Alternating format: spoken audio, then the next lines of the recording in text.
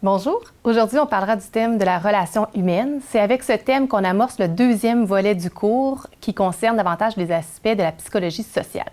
Jusqu'à maintenant, on a vu les thèmes plus individuels du comportement humain, dont la personnalité, la perception, la motivation, l'adaptation et l'apprentissage.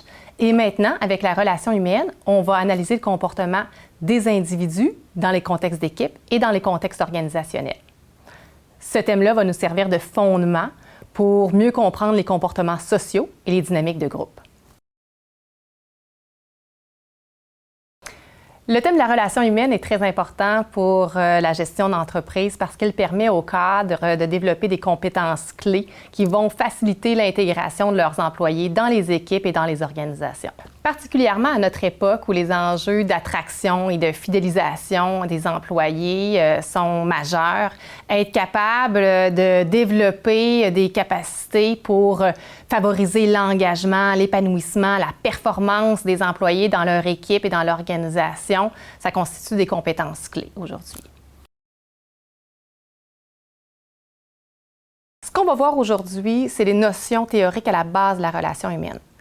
Il y a deux grandes notions qui sont particulièrement importantes. Celle de l'attachement, qui est le système inné qui nous incite à entrer en relation avec d'autres personnes, et la notion de socialisation, qui, elle, relève davantage de l'apprentissage et qui nous permet d'acquérir des compétences pour décoder les éléments socioculturels de notre environnement organisationnel, mais dans la vie quotidienne aussi.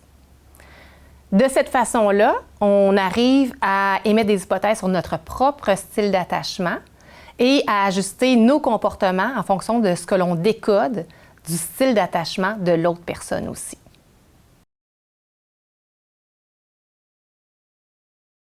Un des objectifs du cours, ce serait également d'identifier les attitudes fondamentales au développement de relations constructives et productives en milieu de travail, dont l'authenticité, la considération positive inconditionnelle et la compréhension empathique. On développera aussi des compétences sociales très importantes, dont l'écoute active et l'affirmation de soi.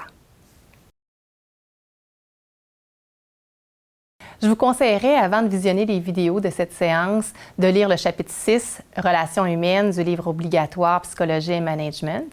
Ensuite, entre les vidéos, on vous invitera à valider votre compréhension des notions théoriques en complétant des questions à choix multiples et des questions à court développement qui vous permettront aussi d'appliquer les notions vues à des réalités organisationnelles.